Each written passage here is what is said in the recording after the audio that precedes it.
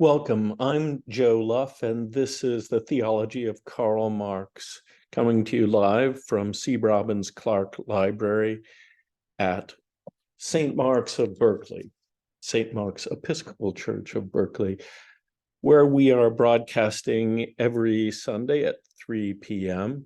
If you missed any of the past sessions, you can find them on our website at newconsensus.org.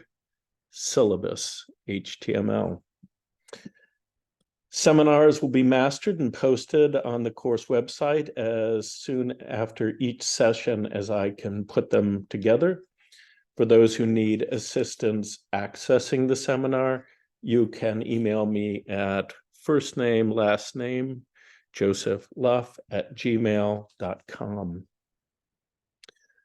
The Theology of Karl Marx explores the theological foundations and implications of Karl Marx's critical theory of modern society. In the first seminar, we looked at the foundations of Christian materiality. Just a second.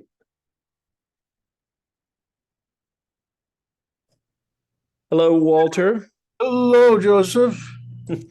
I was just beginning. Okay, good. All right. I didn't want to be late, so I just got in, just took my shoes off. So There's someone who wants to get in. Just a second, Walter. All right. Hold the fort for me.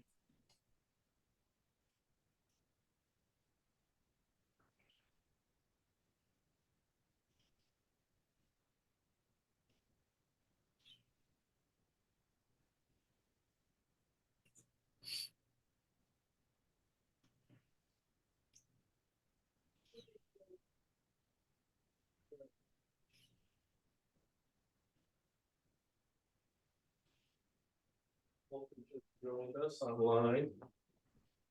So we'll see who else shows up. Okay. Did you get a hold of Meg Genties by any chance?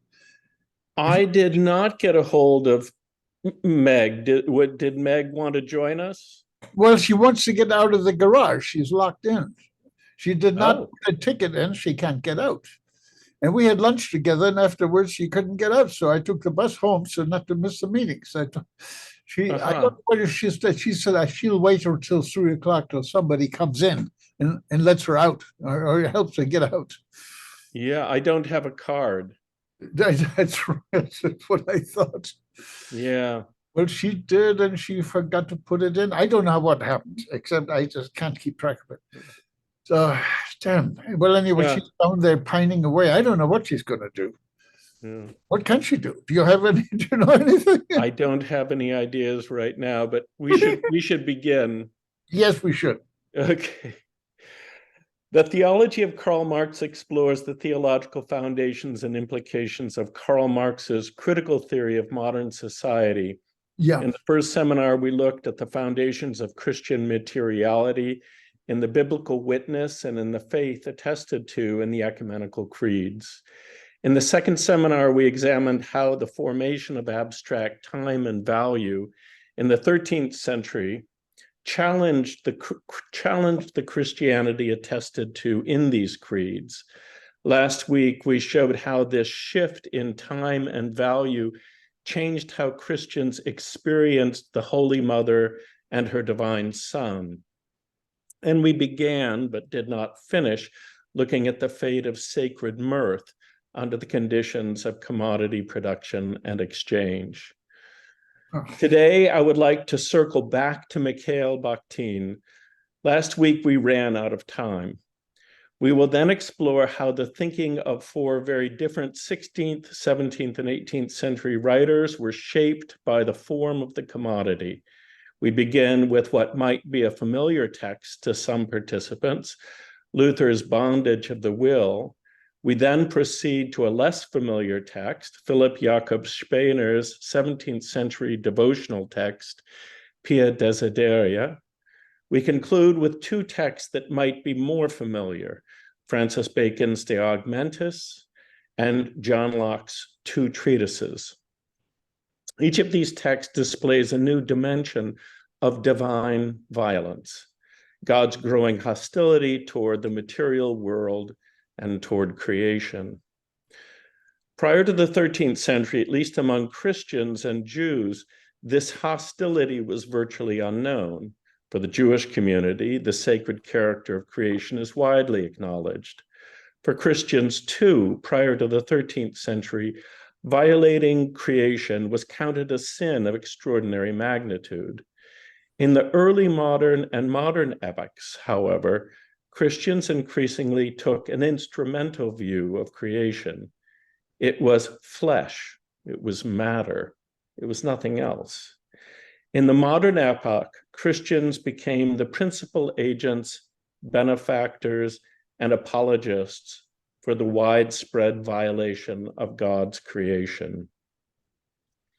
Has anybody read these texts, or are we working fresh? Fresh. Yeah? I've never read them, but Okay. but anyway. Great. So before we go to these four writers, I want to dip back briefly into the world of Rabelais. Rabelais is placed alongside Chaucer and Cervantes and Shakespeare as a master of literary arts because he chose as the object of his art the everyday lives of Christians at festival. Rabelais also provides insights into how the non-literate, non-clerical majority of Christians experienced themselves, their world, and their God.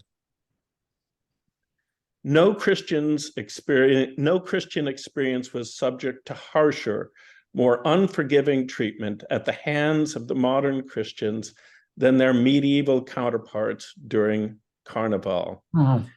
In the 14th century, 2/3 of the Christian calendar was occupied with feast days, an unforgivable sacrifice to laughter and lost productivity.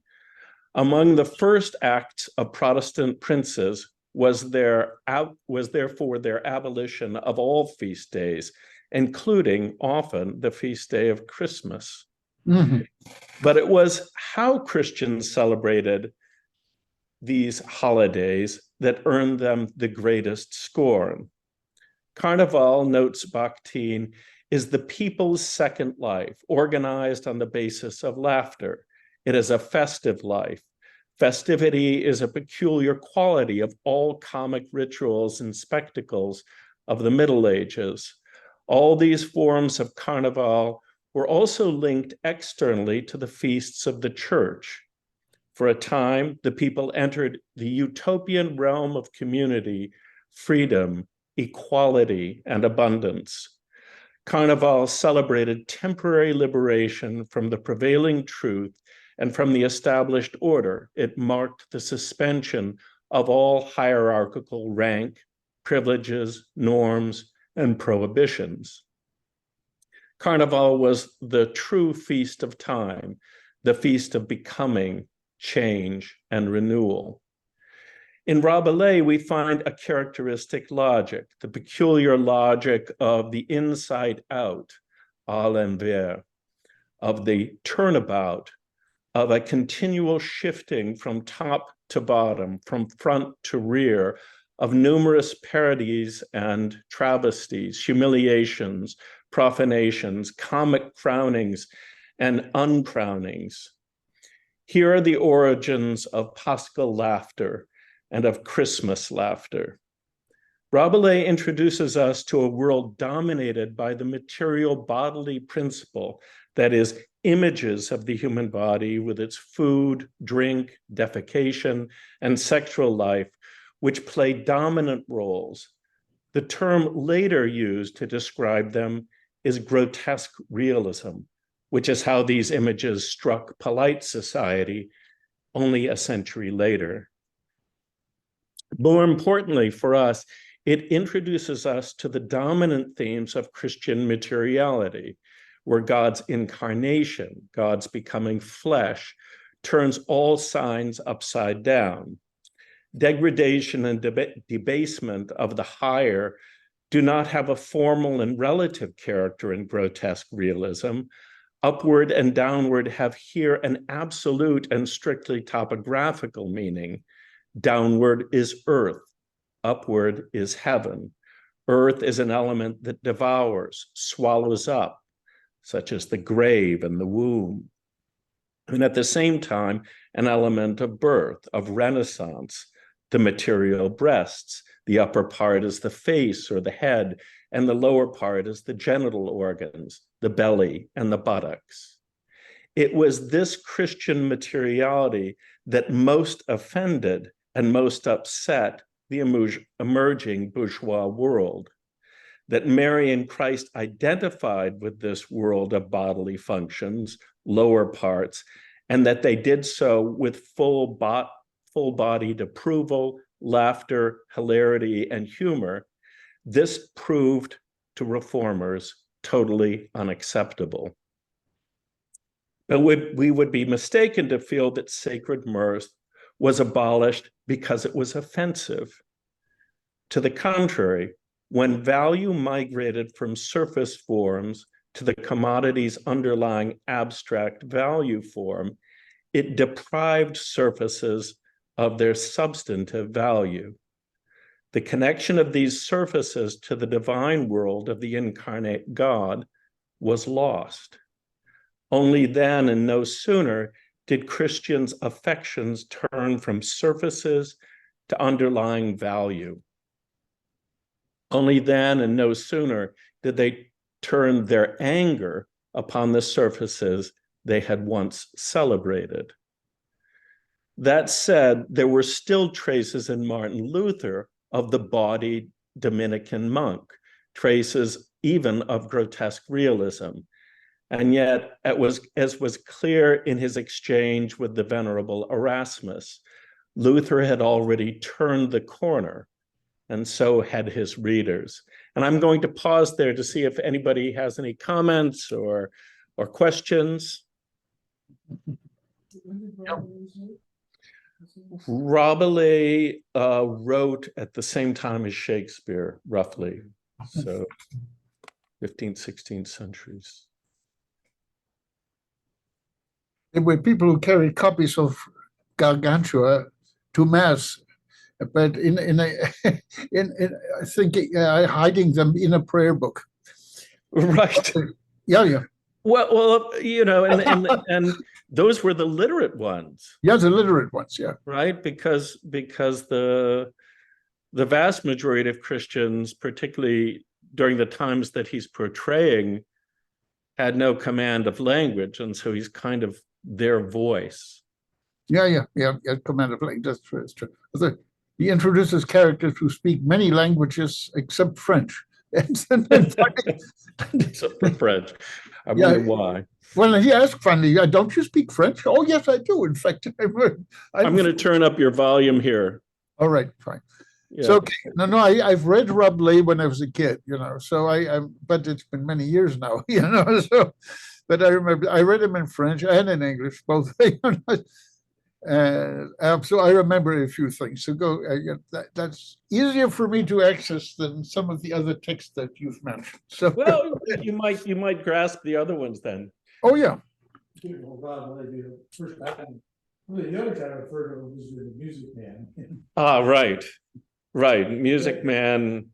Oh my word! How the city is going to the dogs because people are reading Rabelais. Yeah. When you say surface, I guess I'm not getting it. Well, in the first couple of sessions, one of the things we looked at is all of the ways that materiality plays a central role in the Bible and then in the Confessions. And one of the things that happens in the late Middle Ages after the introduction of abstract time, and abstract time comes in about the 11th, 12th centuries, introduced from Andalusian Islamic culture to the north, and it's adopted within Dominican monasteries. It's anybody who follows the rule of Saint Benedict. Someone else is at the door. I'm going to go see if I can. Yeah. So I'm going to have to pause here just for a second.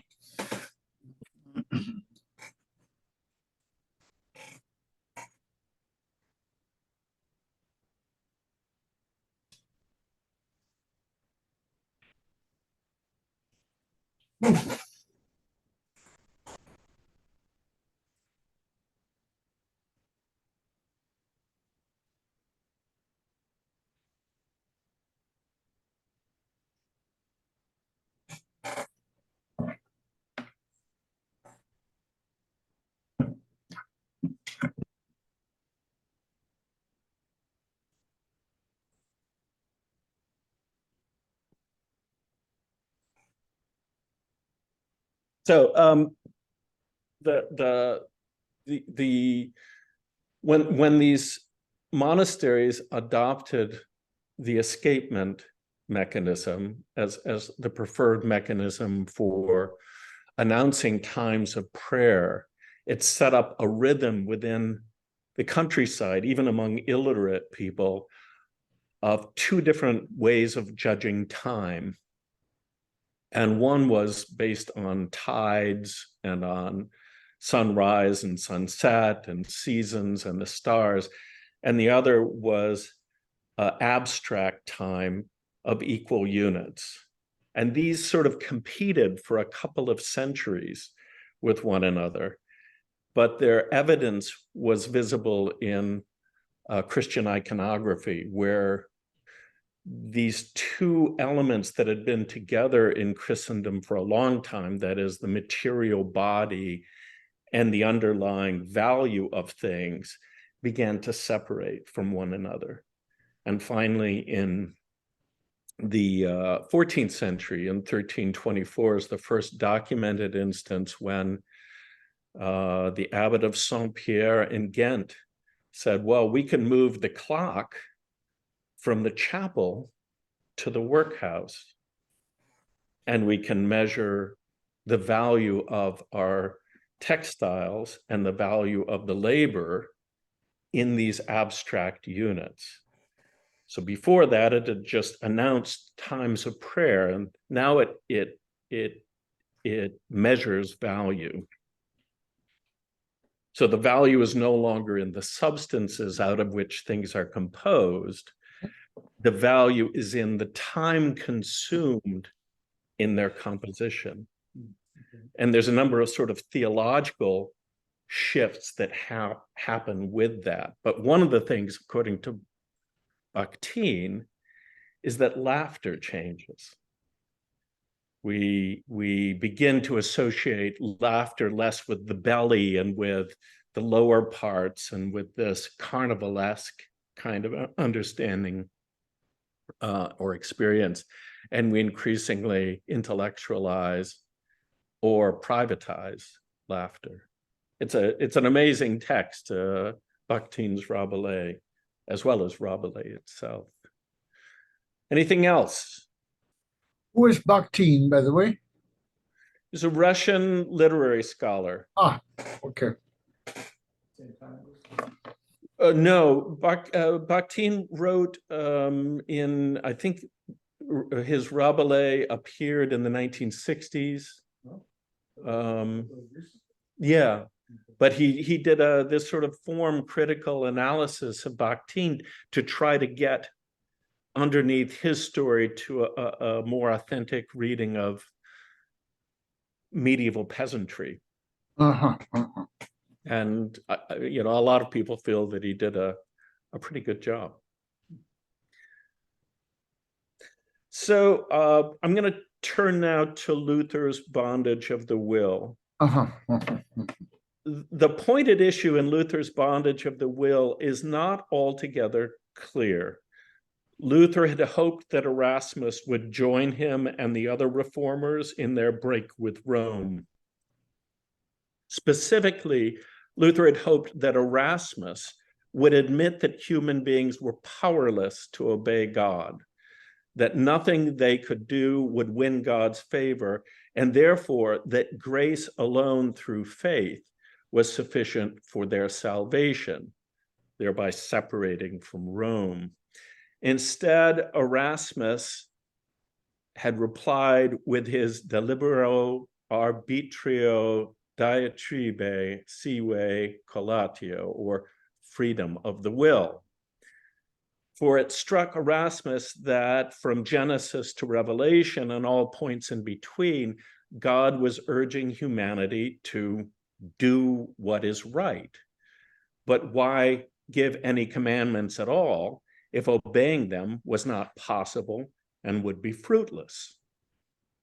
For Erasmus, what was critical was the relationship between human beings and their God, a relationship for which no abstract judicial ruling could substitute. For Luther, the point is clear. Christ is judicially necessary, the expiation for human sin, the sacrifice. If human beings could win their freedom apart from Christ, asks Luther, what need have we any longer of Christ? What need of the Spirit? Now, in all fairness, Erasmus denies none of this. Christ is necessary, so is the Spirit. But for Erasmus, Christ is more than an expiation, a sacrifice, and a satisfaction for sin. Were that all that was needed, then God could have sacrificed his son on the other side of Eden's gates, and no one would have been the worse off for sparing the world 6,000 years of pain and suffering, or so people thought in that day. Luther's response to Erasmus, however, was chilling. God in God's self was not actually revealed in Jesus Christ. God in God's self remains to us, and these are Luther's words, Deus absconditus, entirely hidden. What remains is the judicial act, the quid pro quo, son for sin. Even its application to us is entirely unknown and unknowable. So how is it then that Jesus reveals God? Or how is it that his mother bears God? What is it that we affirm when we affirm the Apostles' Creed, the Nicene Creed, or any of the ecumenical creeds? And then to quote Luther, but diatribe, which is Luther's name for Erasmus, beguiles herself through her ignorance, making no distinction between the proclaimed word and the hidden God. That is, between the word of God and God himself. And whatever else you may have heard about Luther, you certainly heard that he focused on the word. But here in his master work, Bondage of the Will, he wants us and his readers, and he wants Erasmus to say, well, yes, there's the word of God, but then there's God in God's self, who we don't know, who Jesus doesn't reveal. The word of God and God, without distinction, without change, without division, without separation, is gone. And in an instant, the Christian world is changed. But Luther's response is chilling not only for the view of Christ it embodies, it is chilling also for what it tells us of Luther's world. Only 5 centuries had passed since the entry of the escapement into Europe. A little more than 2 had passed since part 3 of Summa Theologica, which we read a couple of weeks ago. And only 2 centuries had passed since the abbot of Saint-Pierre installed his famous clock in the workhouse. And yet nearly half of European Christendom was now prepared to completely disavow the God revealed in the body of their Lord. The Lord's body did not so much reveal as conceal God. So we are now 5 centuries out from the introduction of the escapement into Western Europe, 2 centuries out from its first application to labor, and yet already Christians no longer experience value in the substances out of which things are composed, but only in the time consumed in their composition. Any questions, comments? observations? It's that little device inside of a mechanical clock that goes back and forward. There's a sort of a notch that is caught and then is flipped out again, and the wheel is the notched wheel so that's the escapement mechanism. Yeah. Anything? Should we move on? Yep. So the changing shape of value and how Christians experienced it was not limited to the world of religion. Obviously, it completely transformed the reasons why Christians invested in what they invested and with what results. It reshaped how Christians thought about the material world and how Christian rulers thought about governance, law, currency, trade, science, industry. It changed everything. And this is absolutely critical.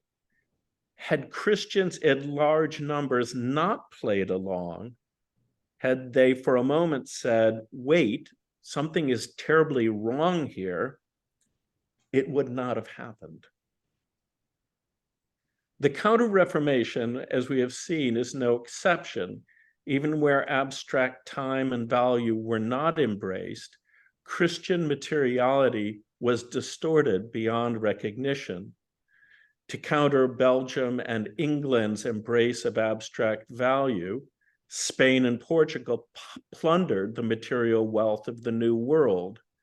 But since the foundation of England's wealth was not material, no amount of material wealth could satisfy the insatiable appetite for value generated by abstract time and value. So Southern and Western Europe were plunged into poverty. And that's sort of critical for what's about to come, as the North and the West adopted this abstract understanding of value. The South and the East tried to preserve this notion of value that was material, and with the result that Spain and Portugal accumulated huge amounts of silver and gold, which of course in the New World was useless because the only things it could purchase were produced in the North and the West. Luther maintained a foothold in the Old World, but not the next generation of Lutherans. The inward turn Luther pioneered would be taken to new heights by a new generation of Lutherans. For it stood to reason that if even the Lord's body could not reveal God, could anybody reveal God? Not according to Philipp Jakob Spener. So if you haven't read this amazing devotional guide, it's Pietist devotional guide, it's very interesting and worth reading in full. It is often felt that the European turn to empiricism, science, and discovery followed from the loosening of religious constraints imposed by a religious establishment ruled by superstition and fear.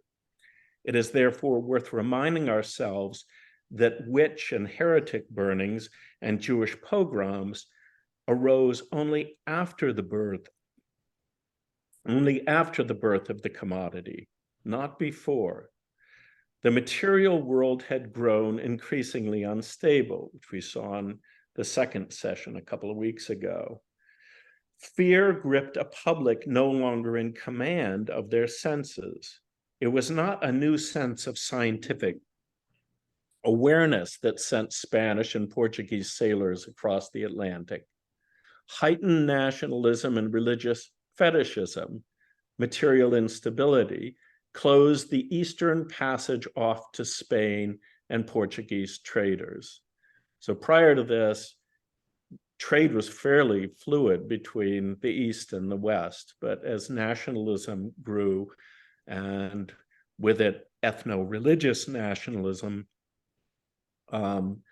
the Spanish and Portuguese crowns and Italian princes were eager to find another way to obtain what they had obtained for literally centuries through the Mediterranean. To compensate, Spanish and Portuguese traders needed specie. They needed gold and silver. The age of discovery was driven by the compulsion to designate an equivalent for the massive expansion and value generated by abstract time and labor. No material bodies were sufficient to balance this boom in production. No sacrifice was too great. But in order to justify this sacrifice, in order to exploit and celebrate it, Christians needed a God who was ready to abandon the material world. That God they found in Philipp Jakob Spener's Pia Desideria. So where is God? Or better, where is value? Is it in things? Not according to Spener, and not according to this new generation of pietists. So things in all social formations have significance beyond their purely chemical composition or practical utility. In all social formations, things enjoy a social life. This is so even for things in the most advanced particle accelerators, whose very existence points to a world that values science and industry. In societies that produce and exchange commodities, things are also valued for the abstract value they bear. So in this quote from Marx is often pulled out at this point. The mysterious character of the commodity form consists therefore simply in the fact that the commodity reflects the social characteristics of men's own labor as objective characteristics of the products of labor themselves, as the socio-natural properties of these things. I'm going to go get some water. Just a second.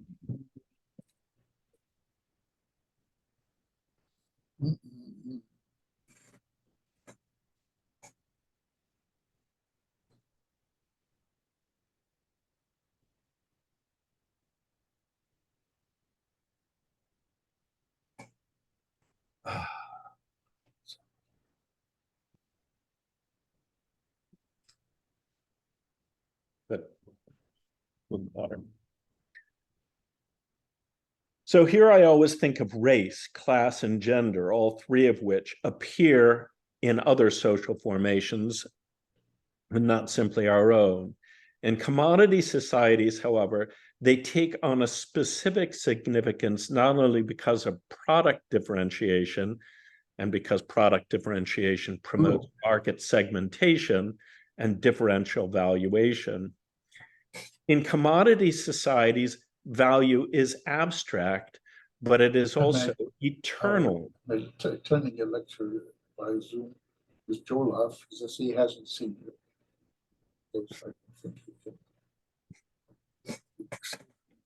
The eternal Frenchman, the eternal Spaniard, the eternal Russian, the eternal Jew. And we can speak, and we do speak, of the universal rights of humankind, or rather we speak of the universal rights of man. We can and we do say that all human beings are created equal, and yet precisely because this equality speaks to the null set, it has no distinguishing body, no identifying features. It is not a fetish. The fetish is a surface form endowed with eternal, transhistorical, transcendent value. Like the eternal woman or eternal man, masculinity, femininity, men who are women, women who are men, anything in between these transcendental qualities is considered a monstrosity. So, for example, race mixing is impossible because there is an ideal abstract European, an ideal abstract Asian, an ideal abstract. And these are fetishes. So even Christ can be made into a fetish whose surface form appearance as a Palestinian Jew in Roman-occupied Palestine is sublimated and replaced by Christ the Italian, or the Norwegian, or the Aryan, or the American military hero. Or in our own period, the 17th century, the one that we're looking at now, the divinely bestowed sovereignty of a specific royal family, distinguishing it from its subjects, endows an entire people with transcendental status.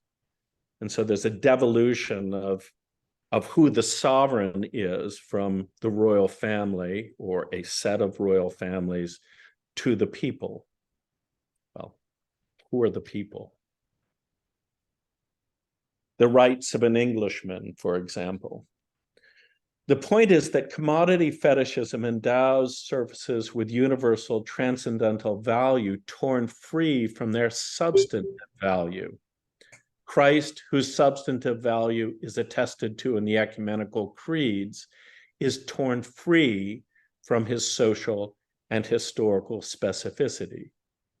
This makes his surface form of appearance enigmatic. What is it? It was in answer to this question that Francis Bacon addressed his Lord, that is King James, in 1605. Bacon's De Augmentis is the call to which Spener's Pia Desideria is the response. Where does value flee when it vacates bodies? It flees to the heart set free by Christ plus nothing. Bacon has long been the poster child of the climate emergency. He has counted the principal exhibit of Western extractivist culture. And yet there is nothing in the least Western in Bacon's advice to the king, which is grounded in Christendom's new experience and understanding of value. Where in the 13th century, Christians displayed a profound respect for divine materiality, by the 17th century, this respect only survived in small, isolated pockets. In its place was the marginal product and its pursuit. In Bacon's words, and he's addressing the king here, for you have but to follow and as it were hound nature in her wanderings, and you will be able, when you like, to lead and drive her afterwards to the same place again. Neither ought a man to make scruple of entering and penetrating into these holes and corners when the inquisition of truth is his sole object, as your majesty has shown in your own example, who, with the two clear and acute eyes of religion and natural philosophy, have looked deeply and wisely into those shadows and yet proved yourself to be truly of the nature of the sun, which passes through pollutions and is not defiled. Pollutions, like the grotesque body of the crucified Lord, like the spectacle of the sexually charged Mary of Renaissance icons. So nature as a whole is nothing more than a polluted waste awaiting exploitation. But this was also the age of discovery in a different sense. The marginal product is governed by the principle of more with less, more value with less labor, more value with less capital. This is suggested to some that human beings are weaning themselves from their dependence on materiality as such. They point to the digital arts, the cloud, finance capital, virtual reality, AI, and other abstract points of data, understanding, material management, Climate science tells an entirely different story. It is because human beings now orient themselves to abstract value that the earth and its resources are proving insufficient, which mathematically is simply true. Infinite value cannot be contained in finite matter. That is precisely the story John Locke tells in his two treatises. Quote, God gave the world to men in common, but since he gave it them for their benefit and the greatest conveniences of life, they were able to draw from it. It cannot be supposed he meant it should always remain common and uncultivated. He gave it to the use of the industrious and rational, and labor was to be his title to it, not to the fancy or covetousness of the quarrelsome and contentious. Where human relationships with non-human members of their community had once been stable and not very long ago, they now took a purely instrumental turn, and nowhere more so than in the so-called New World. And here again, Locke's argument is chilling, all the more so since he seems dimly aware that all has changed. So in section 37 of his two treatises, Locke writes, this is certain, that in the beginning, before the desire of having more than man is needed had altered the intrinsic value of things, which depends only on their usefulness to the life of man. I mean, that's in itself, that's an amazing preface. That one time, not long ago, Locke says, human beings didn't want more than they needed. In fact, this is precisely the problem, to limit the value of things to their utility. Locke continues, or had agreed that a little piece of yellow metal, which would keep without wasting or decay, should be worth a great piece of flesh or a whole heap of corn, though men had a right to appropriate by their labor, each one to himself, as much of the things of nature as he could use. Yet this could not be much, nor to the prejudice of others, where the same plenty was still left to those who would use the same industry. Now, there was a time when there was more than enough for everyone. Locke then makes clear that he has two things in mind. The first is the enclosure movement in his native England. As industry expanded, the value of consumer goods outstripped the value of sustainable produce, compelling landed wealth to enclose their lands and expel the families that had lived on and by it for hundreds of years. But Locke was also thinking about the indigenous communities who, much as England's peasants and landed wealth, had resisted improvement of their lands beyond their needs. And it's often forgotten that landed wealth did not desire the enclosure, at least not initially. They were perfectly happy to have peasants living on their lands, providing everything that the manor needed. But as wealth grew in industrialized areas and in cities, their wealth in relative terms began to decline precipitously. And the only way to compete was to kick the peasants off their land and develop their land in a more productive way. Otherwise, they would have gone broke.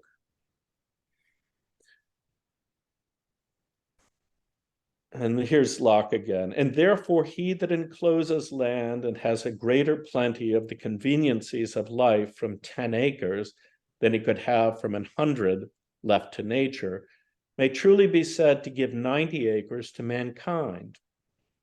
For his labor now supplies him with provisions out of the 10 acres, which were by the product of 100 lying in common.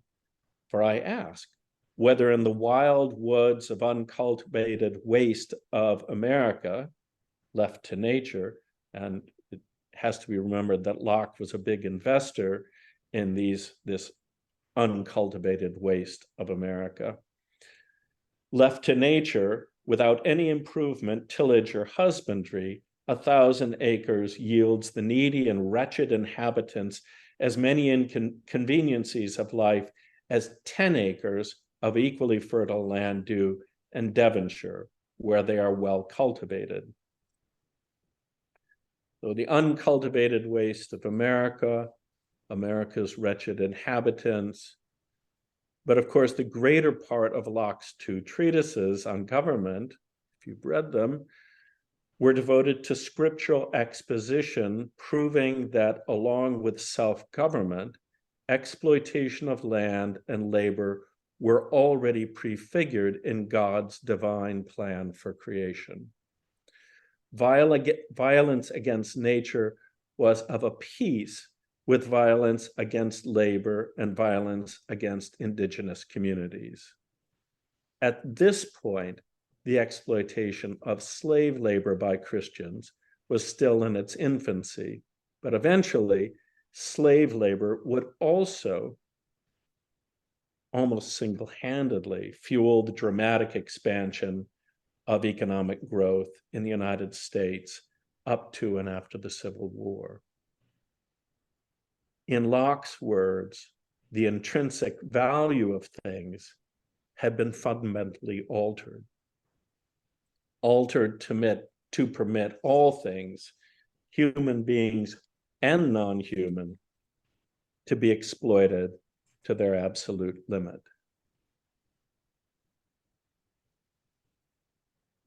Any observations or questions?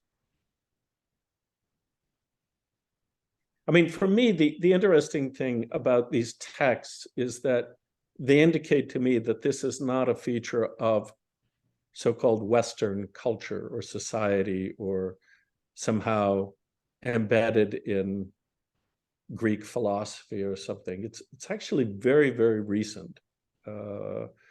And it was not a feature of Christianity or Judaism prior to the 14th century. Locke, he was late 18th century, right? Well, 1600s. Yeah. Yeah, but late, right? I mean, yeah. I'm trying to find here when it was already a part of the canon when the Constitution was written.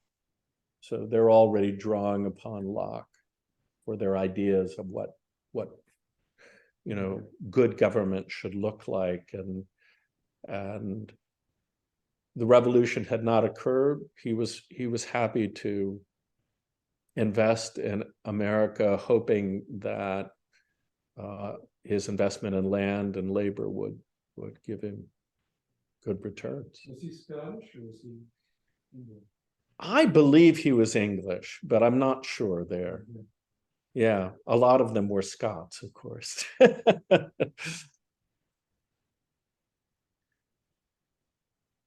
So he lived in England. He didn't live in. No, didn't live in the United States, or didn't live in the Americas. Yeah. I'm going to throw up here, and unfortunately, you're not going to be able to see this unless you come look over my shoulder. But let me find screen share and share this, and I'm going to play this. Let me just see if I can pull this down here and play this. No, it doesn't look like it's playing. So I'm just gonna slideshow, play. Okay. Okay. Do you see that, Walter? Yes. Okay. So now we're moving to the very recent world. Half century following his death, Pitirim Sorokin remains a controversial figure. Among the intellectuals expelled by Lenin in 1922, Sorokin had been an outspoken critic of Russian decadence, which he argued had led to a demographic crisis in Slavic-speaking countries. A fierce defender of traditional family values, he hoped that his publication of Death and Birth Rates would convince lawmakers to stem the tide of lax sexual ethics and avant-garde fashions. His promotion of family values won him easy acceptance in an Ivy League notorious for its support of eugenics. So if you don't know Pitirim Sorokin, he was the founder of Harvard's Department of Sociology. Yet his demographic research has stood the test of time, and it's now recognized even among his harshest critics. In particular, Sorokin documented the size of Europe's warring parties from the 10th through the 20th centuries and casualties within their ranks. His research showed that over the last half millennia, Europe's nations had sacrificed ever larger percentages of their overall populations to officially sanctioned mass death. Mistakenly, Sorokin attributed these macabre numbers to a declining moral fiber, liberalism, lax moral standards, and democracy. So not surprisingly, his research is wildly popular with far right-wing organizations such as Focus on the Family, an organization which is largely underwritten by far-right oligarchic money in Russia. So Russian Christians supporting American Christians. But his demographic research, in fact, carries a different message. It shows unequivocally that the shift in value that ravaged the bodies of Mary and her son and then eliminated their bodies, the shift that brought an end to sacred mirth, the shift that authorized the exploitation of God's creation, slavery, and genocide, this same shift in value also brought Europe's Christians to kill one another in inconceivably larger numbers. And we have these two charts, which I've then graphically displayed. So at the end of the Middle Ages, just as a percentage of the fighting force, in the 12th century, the number is pretty minuscule. 2.57% of the fighting force died in inter-European wars. And that goes up to 2.8 or almost 2.9 in the 12th century. And then in the 13th century, it rises, it almost doubles. And in the 14th century, it rises to 5.7%. In real numbers, it goes from roughly 30,000 in the 12th century to just under 70,000 in the 13th, to almost 17,000, 170,000 in the 14th century. So between 1300 and 1400, there's a dramatic increase, and then an even more dramatic increase to, let me move this here, to about 285,000 in the 15th century. So in some ways, Sorokin's thesis about this isn't borne out by his statistics. And then, obviously, as he follows this forward, Sorokin, it might be mentioned, was a part of the philosopher's ships sent out of Russia in 1922-23. So intellectuals that Lenin did not like. He said, okay, you have one chance You can get on these ships, or in some cases on these trains, and I'll let you leave with your life. And Sorokin was one of those. So his statistics actually ends in 1925. So his charts are in some ways incomplete. And if you extrapolate them out, then you get something for the 20th century close to a 40% casualty rate. World World War I, World War II, Korea, but that's extrapolated. He actually, if you just stop in 1925, it's somewhat less than that. So you would expect. civilians, No, these are soldiers. 40% died By his numbers. By his numbers. So the interesting thing is if you just follow his numbers as raw statistics, you would expect there to be somewhere close to 64 million casualties in the 20th century. 64 million among these warring people. The actual numbers are pretty scary. They're closer to 107 million. Really? Yeah. So 107 million lost. And that's compared to, for example, in the 19th century, 29 million. 18th century, 36 million. 17th, 24 million. Then 500,000 in the 16th century, 285,000.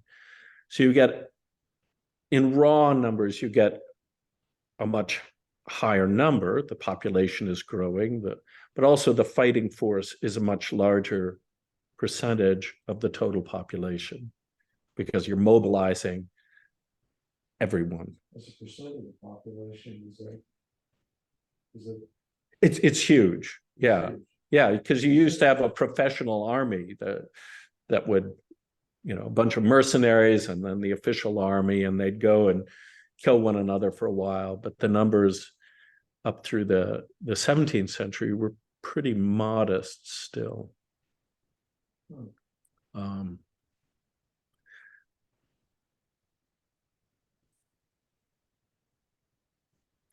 But it's interesting to me that in the bloodiest centuries of modern Europe, we also acquired the habit of believing that this was the price that is worth paying for civilization. Or I think as Voltaire's Pangloss, said, this is the best of all possible worlds, isn't it? And at least recent statistics suggest that a lot of that depends on where you live and how much wealth you command. That we're actually killing off over the last couple of centuries a substantial portion of our population, not to disease or crime, but in officially sanctioned mass death. So, any questions about that? This is not Steven Pinker's view of the world. Who recently, the Harvard professor who wrote a book called Are Better Angels? It was widely circulating about a decade ago. And this suggests a somewhat different picture. So this sort of sets us up for next week. Is there a relationship between this horrific death toll and the retreat of value from surface forms of appearance? 18th century Christian thinkers believed that there was. But it is not the relationship we might have expected. With the consequences of officially sanctioned death visible everywhere they looked, Christian thinkers drew the only inference they could. This violence was evidence not of God's absence, but of God's presence. When anything of infinite magnitude enters anything that is finite, it threatens the structural integrity of the finite object that it enters. When eternity enters time, it annihilates time. So we get a vision of God that is captured in English by the term sublime, about which Edmund Burke writes eloquently, and in German, Erhabene. Das Erhabene? Yeah? Yeah. Wait a minute. Repeat that again, please. Das Erhabene. Erhabene. Yeah. Yeah. Yeah. Sublime. Erhabene. Mhm. Yeah. That's Erhabene. Yeah. Yeah. So Kant uses the word, and both Burke and Kant are writing about this phenomenon in the 18th century, but they feel that when eternity enters time, it threatens and often even destroys that which it enters. Or as the messengers of the Great Awakening put it, when God enters the sinful soul, God utterly slays human flesh. And the metaphors of destroying flesh, of God slaying sinners, is ubiquitous during the period of the Great Awakening. So next week, we will look at excerpts from Jonathan Edwards, Immanuel Kant, Edmund Burke, George Georg Wilhelm Friedrich Hegel, or George Hegel, and their 20th century religious interpreters. This metaphor of divine violence then becomes a way of understanding what is happening in spiritual awakenings. God is entering and disrupting and often destroying structures and communities and people in order to build something new. Any ideas, thoughts before we conclude?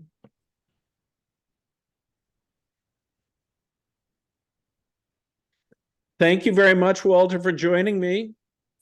Thank you. Thank you for your yes, most enjoyable. Thank you. And what do you want us to read? Well, it's on everything. The website. It's under the syllabus on the website. New. Oh, yeah. Okay. Right. I haven't seen that yet. So okay. Yeah. I can send that to you. Send it around. All right. But okay. They're fairly short snippets from Burke, Kant, Jonathan Edwards. Yep. Mm-hmm. And they tell an interesting story. I bet. Yeah. All right. Very good. Okay. Yeah. What was the good news?